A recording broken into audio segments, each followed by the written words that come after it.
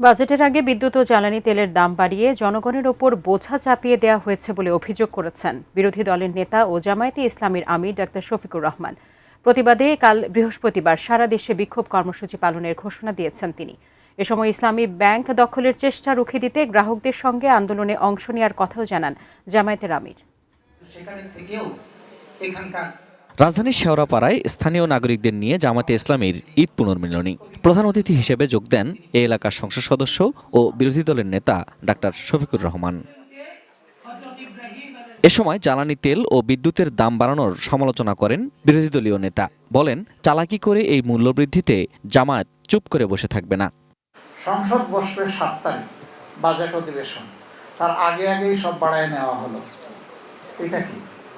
সংসদে আলোচনা করেন, আমরা আলোচনায় অংশ নেই, তারপরে যেটা যৌক্তিক জনগণ দেখবে সেটাই হবে। জনগণ বুঝতে পারবে সংকট কোথায়, বাস্তবতা কি। এটা না করে এই চালাকি করে মাত্র 4 দিন আগেই এই মূল্যগুলো বৃদ্ধি করা হচ্ছে কেন? এই অবস্থায় কি আমরা চুপ থাকবো? ফতনা খাজেগান পাঠ করবো না? এই অবস্থায় আমাদেরকে প্রতিবাদ করতে হবে।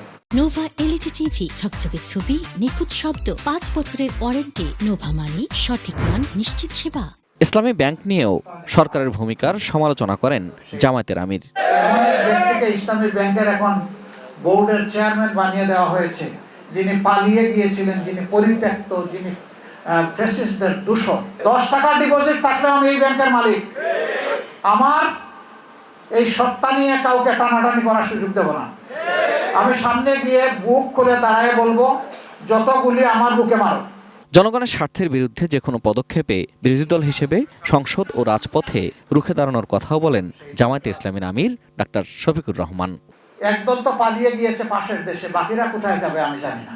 আমরা সংসদে প্রথম দিন দাঁড়িয়েই বলেছি যে আমরা নিরর্থক দামি বিরোধী দল হিসাবে এখানে থাকতে চাই না। Ferdous Rahman, ATN news, Dhaka.